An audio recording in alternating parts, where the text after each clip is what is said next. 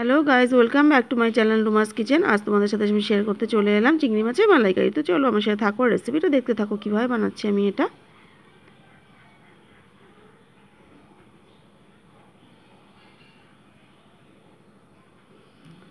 তো এখানে দেখো গলদা চিংড়ি ভালো করে ধুয়ে নুন হলুদ মাখিয়ে রেখেছি, আর নুন হলুদ রয়েছে, আর ওখানে লঙ্কা, জিরে, ধনে, আদা আর সাদা সর্ষে বেটে রেখেছি, আর ওখানে গোটা জিরে রয়েছে। তো কড়াইতে সর্ষের তেল গরম বসিয়ে আমি মাছগুলোকে উল্টে পাল্টে ভেজে নিচ্ছি। চিংড়ি মাছ তো খুব একটা বেশি ভাজার দরকার নেই, হালকা একটু ভেজে নিচ্ছি আমি। তো দেখো সবকটা চিংড়ি মাছে কিন্তু আমার ভাজা হয়ে গেছে। এবার ওই চিংড়ি মাছ ভাজার তেলের ওপরেই আমি দিয়ে দিচ্ছি শুকনো লঙ্কা ফোড়নে, আর দিয়ে দিচ্ছি গোটা জিরে।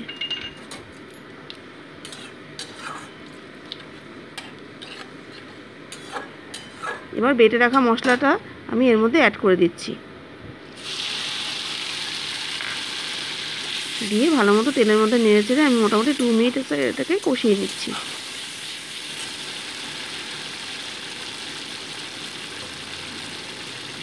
এবার দিয়ে দিচ্ছি সামান্য একটু জল, যাতে মশলাটা নিচে লেগে না যায়।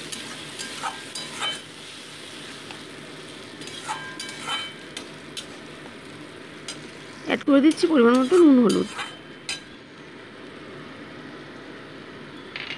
ভালো মতো এটাকে 2 মিনিট ধরে কষিয়ে নিচ্ছি।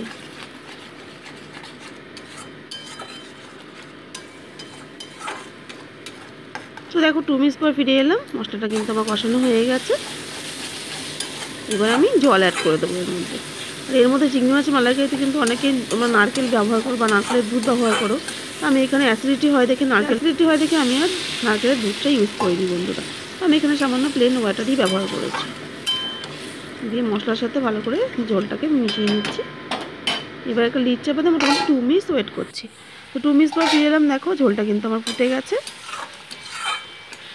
এবার ভাজা চিংড়ি মাছটা এর মধ্যে আমি অ্যাড করে দিচ্ছি।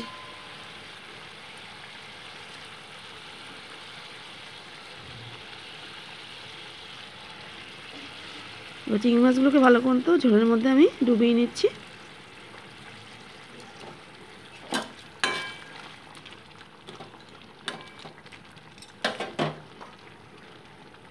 আর চিংড়ি মাছ ভাজার যে তেলটা রয়েছে সেটাও কিন্তু দিয়ে দিলাম ওপর দিয়ে, এতে আরও কিন্তু টেস্টটা আরও বেশি ভালো আসে আর কি।